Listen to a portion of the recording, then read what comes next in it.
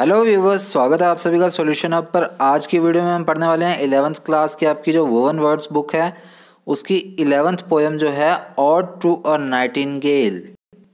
Odd to a nightingale जो है वो जॉन कीट्स की लिखी हुई पोएम है। तो पहले जॉन कीट्स का जो डिस्क्रिप्शन दिया हुआ है हमें पोएम के अंदर वो हम पढ़ेंगे, उसके बाद पोएम को कंटिन्यू करेंगे।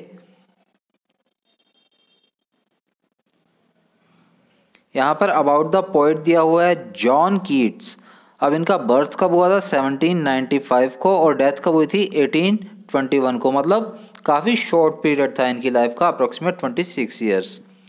तो John Keats was one of the greatest of the younger generation of English romantic poets. अब जॉन कीट्स जो थे वो काफ़ी यंग जनरेशन के थे और इंग्लिश रोमांटिक पोएम में काफ़ी यंगर जनरेशन के रूप में उभरे थे।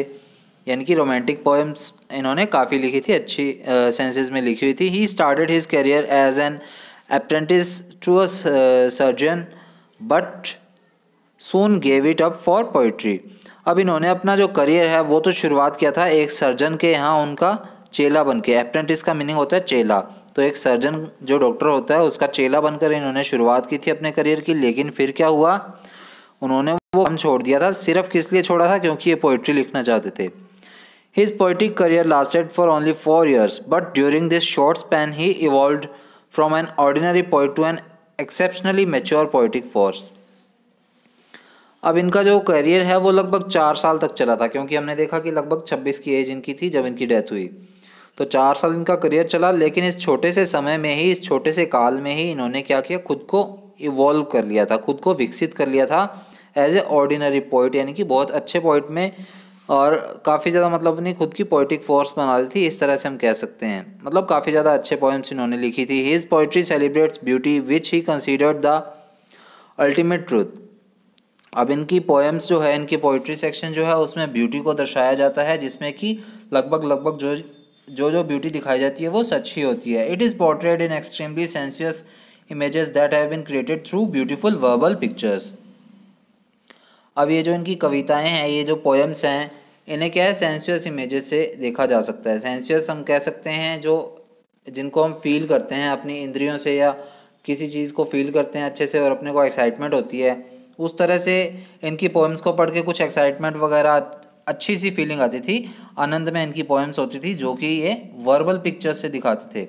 यानी कि हमें अलग से कोई पिक्चर नहीं दिखाई जा रही है, हमें पोइट्री सेक्शन ही दिखाया जा रहा है, जिसमें इनकी जो वर्डिंग है, जो वर्बल पिक्चर्स हैं, वो काफ़ी ज़्यादा अच्छी हैं। The image of the nightingale's bower in the poem is an apt illustration of the poet's craft in this respect.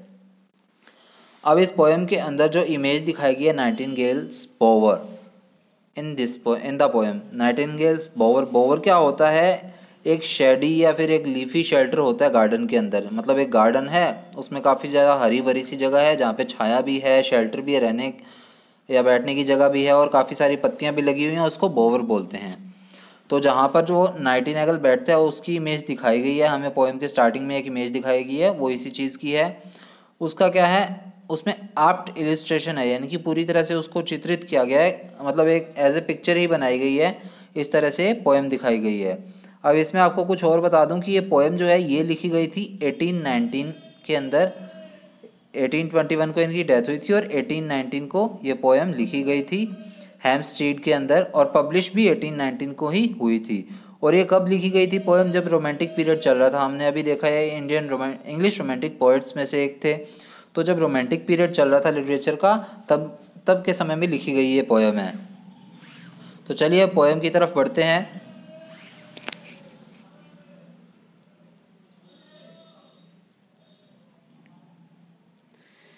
ये देख लीजिए, यहाँ पर जैसे मैंने आपको बताया था, यहाँ पर एक नाइटिंगेल को दिखाया गया है जो कि एक पेड़ की टहनी पर बैठा है, जहाँ पर काफ़ी सारी पत्तियाँ वगैरह लगी हुई हैं, काफ़ी हरा भरा सा यहाँ पर बताने की कोशिश की गई है इसको। तो चलिए देखते हैं जॉन कीट्स क्या लिखते हैं इसके बारे में। तो पोएम स्टार्ट होती है, my heart aches and a drowsy numbness pains my sense as though of hemlock I had drunk.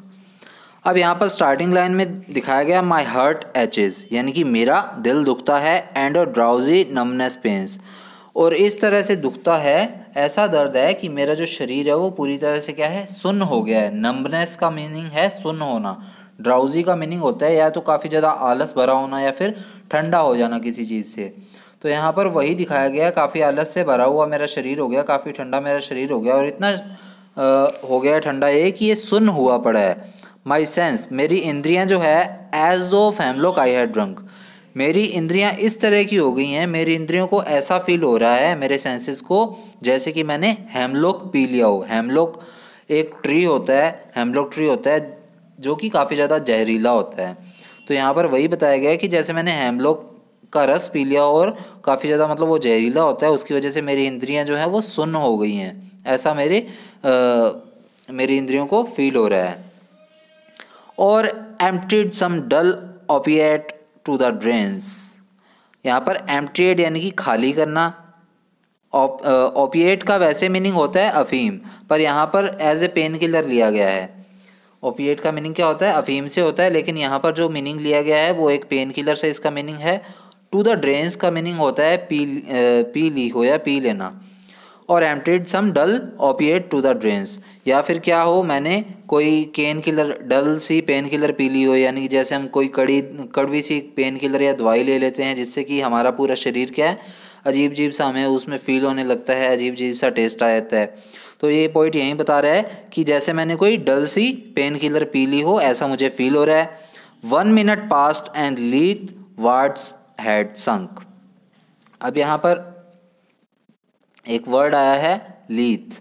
लीथ का मीनिंग यहाँ पर दिया भी हुआ है, देखिए, in ancient Greek mythology an imaginary river whose water when drunk was though thought to make the dead forget their life on earth. अब Lethe का क्या मीनिंग होता है, आपको सिंपल सी भाषा में बता दूं। एक नदी है लीथ नाम की, जिसका मतलब ऐसे माना जाता है कि जिसका पानी पी लेते हैं तो मतलब इंसान होता है वो सब कुछ भूल जाता है कि पृथ्वी पर उसका जन्म कैसे हुआ, उसकी लाइफ कैसे निकली है अभी तक की, मतलब सारा कुछ वो भूल जाता है लीथ का पानी पीने से।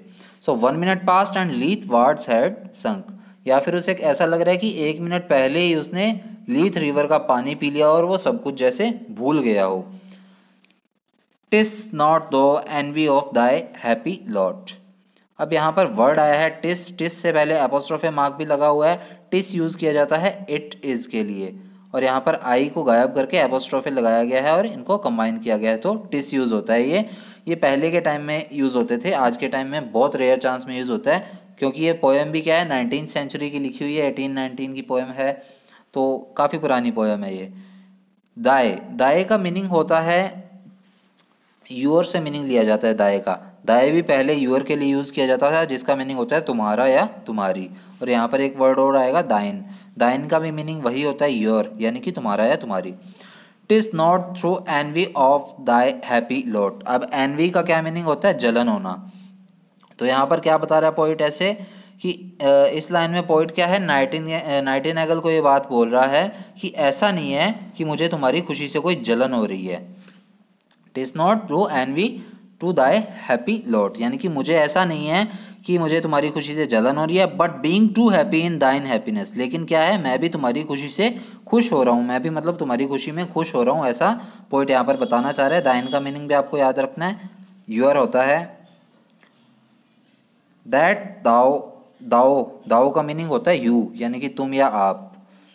दैट दाओ light wing dryad of the trees. अब यहाँ पर ड्राइड वर्ड आया है, इसका मीनिंग क्या होता है, in stories a female spirit that lives in a tree, यानी कि जो पेड़ों की देवी होती है उसके लिए कहानियों में ये यूज़ किया जाता है ड्राइड।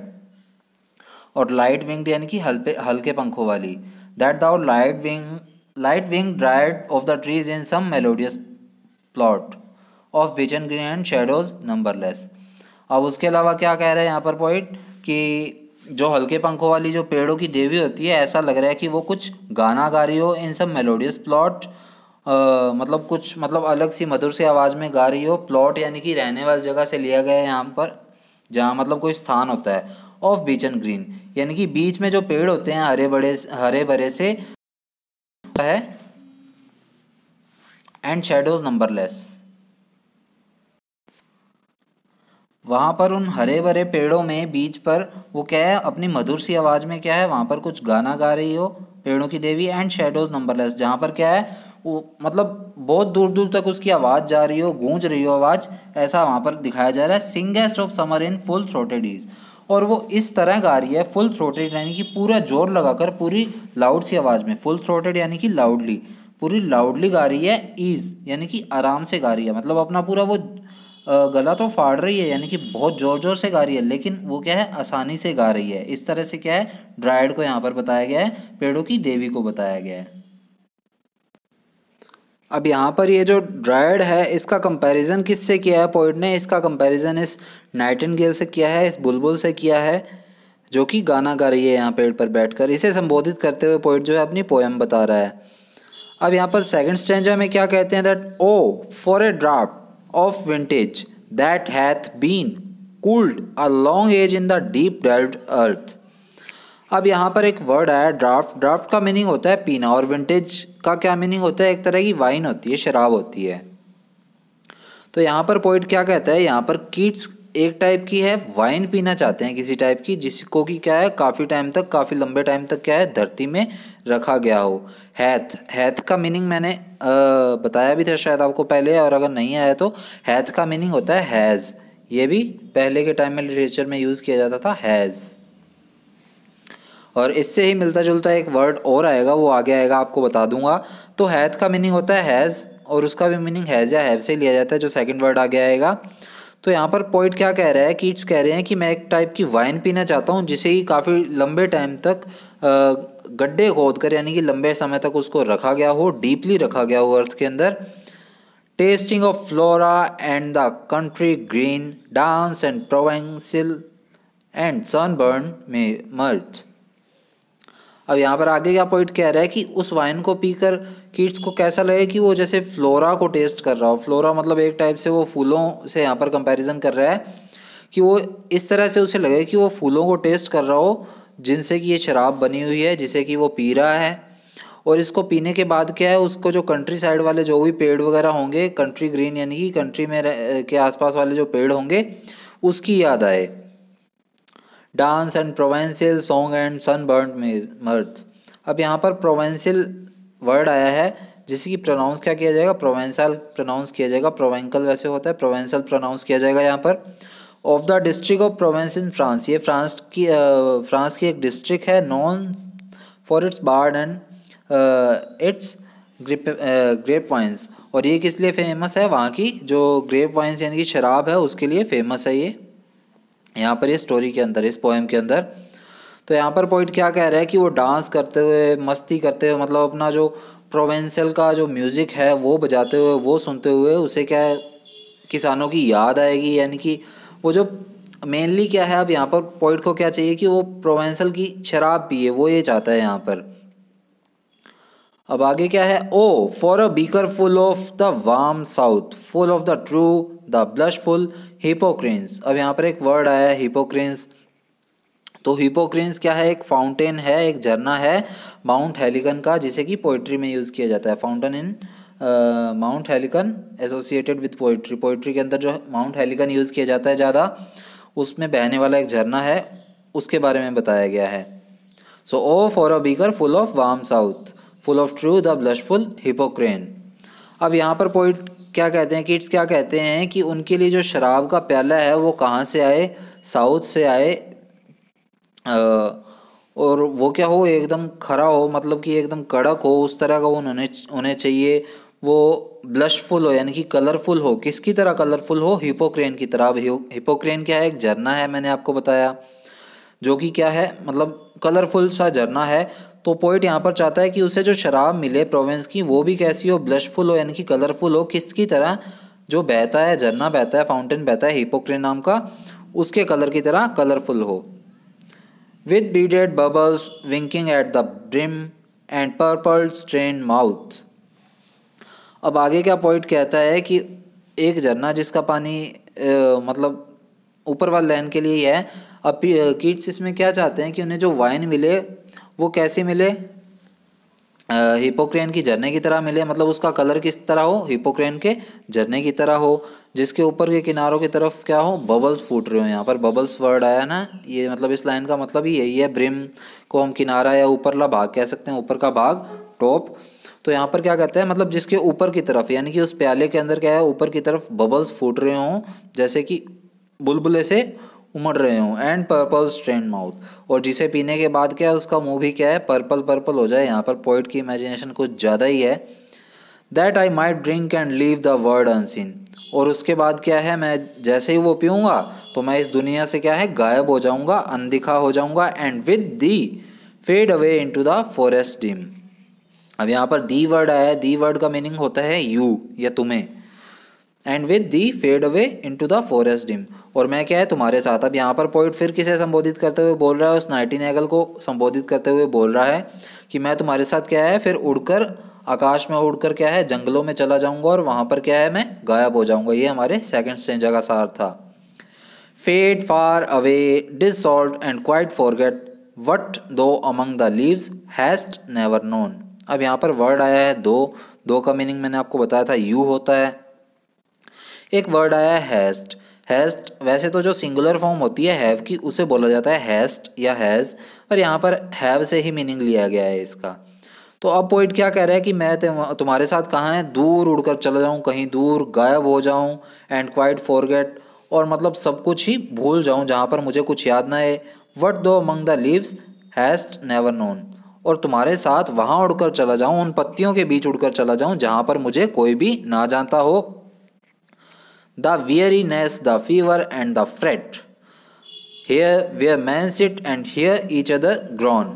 अब यहाँ पर पॉइंट क्या कहता है कि यहाँ इस दुनिया के अंदर क्या है, वियरीनेस है, यानी कि पूरी तरह से एक थकान है, लोगों को फीवर है, लोगों के पास क्या है, उनका चिड़चिड़ापन है, फ्रेट है। और यहाँ पर लोग क्या करते हैं, एक दूसरे के आसपास बैठते हैं और आपस में एक दूसरे से दुख बांटते रहते हैं, यानी कि ये पूरा संसार क्या है, दुखों से भरा हुआ है। यहाँ पर सभी एक दूसरे से दुख ही बांट रहे हैं, जो कि मुझे परेशान कर रहा है। Where palsy shakes a few sad last grey hairs. अब यहाँ पर वर्ड आया है पालसी। पालसी होता है लकवा, जिसे बोलते हैं पैरालिसिस, उसके लिए, या फिर बॉडी में कोई जान वगैरह ना रहे उसके लिए। तो यहाँ पर ग्रे हेयर्स से मीनिंग है बूढ़े लोगों से। तो यहाँ पर क्या कह रहा है पोइट कि जहाँ पर इस दुनिया में बूढ़े लोग जो हैं वो क्या है, या तो लकवे से ग्रस्त हैं, या कुछ दुखी हैं, या कईयों को काफ़ी ज़्यादा बीमारियाँ लगी हुई हैं। Where youth grows pale and spectre thin and dies, और जहाँ पर यूथ जो है, यंगर जनरेशन जो है, वो तो क्या है, कमज़ोर सी है। पेल यानी कि पेल से यहाँ पर कमज़ोरी से मतलब लिया गया है कि वो बड़े तो हो रहे हैं लेकिन कमज़ोर कमज़ोर ही बड़े हुए जा रहे हैं।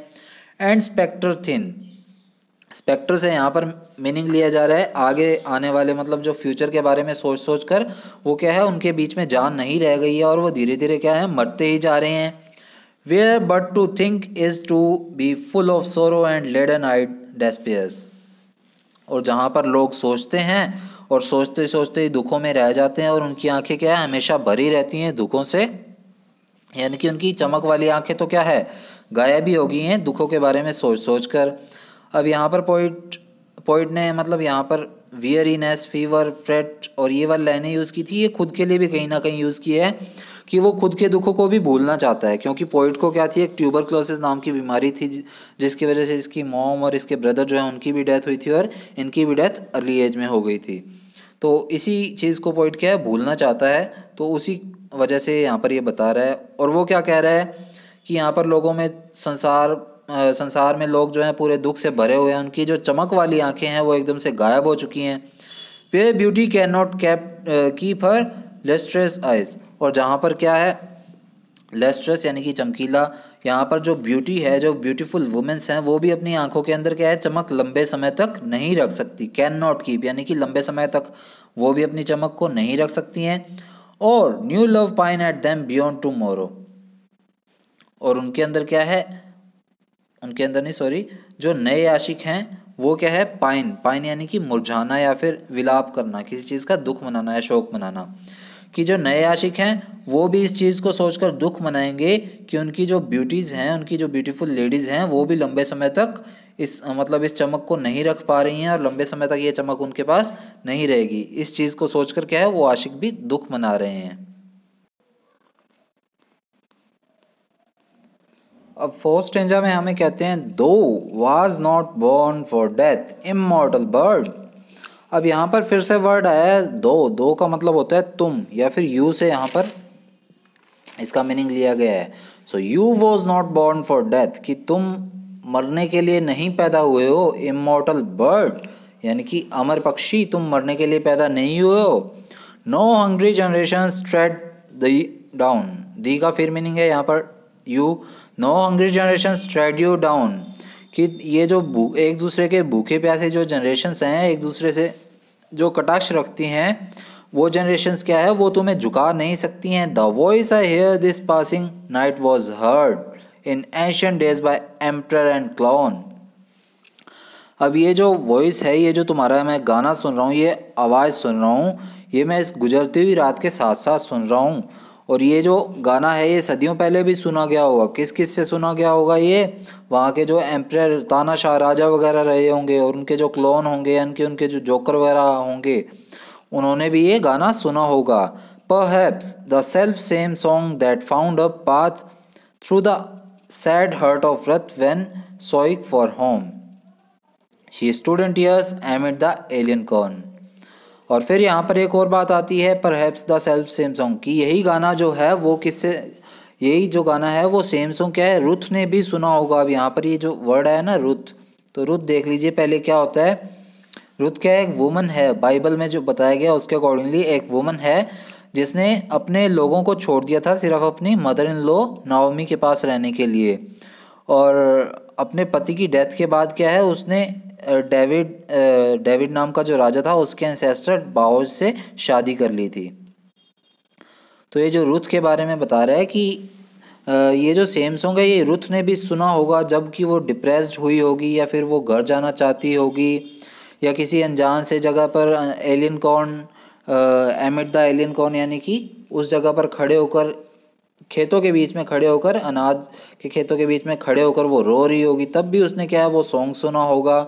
The same that oft time hath, hath का फिर से वही मीनिंग है has, charmed magic casements opening on the foam of perilous seas in faery lands forlorn. अब यहाँ पर आगे क्या आता है कि ये जो सॉन्ग है यही सॉन्ग ऐसा ही सेम सॉन्ग एक जादुई किले के जादुई विंडोज़ से भी सुनाई दिया होगा। ऐसा